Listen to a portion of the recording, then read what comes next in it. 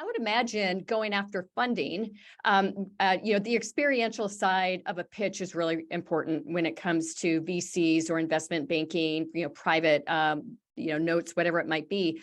And I would imagine for an investor to be able to experience this firsthand really has helped you sell the need for the market and ultimately help fuel some of that growth versus a lot of other products out there that still just don't have that ability for someone to touch and feel. When I go to different websites and when I'm advising different startups, or even early stage, late stage, mature startups, if I don't understand something in the first 30 seconds, I am stuck. Like, what does this do? What are you selling to me? Right. And that was something that we wanted to eliminate friction around. So as founders that were product and engineering oriented from day one, we wanted the product to be super transparent, put our pricing up on our site, get people to try it before they buy it, like all of the good old product-led growth stuff. We took it to heart, frankly, because there was no reason for us to gatekeep information that was not needed to be held secret.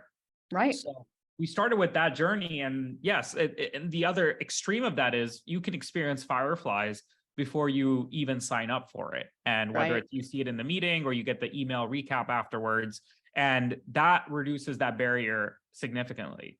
The Zoom CEO once said that when investors asked to meet him in person, to have meetings and things like that, he said, no, just hop on my Zoom call.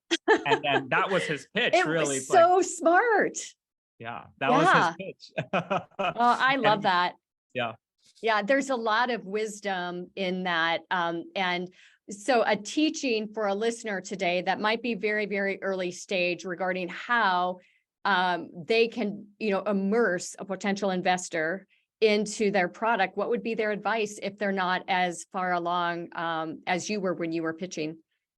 we definitely were not that far along when we were pitching, and there was rough edges. But I think the good investors are able to see where you were at day 0 versus day 50, day 60. And it's really about the progress and the speed of iteration. There's a lot of companies that are able to raise today without even having a product, just on a few slides. But I think it's much more convincing when you can show even a beta, a sample piece, even 20% of what the overall potential vision is going to be. And my advice is do that one unique thing that helps you stand out really, really well, and then start building out the platform. Because sometimes for the aha magic moment, you only need to build a small piece of it. Right.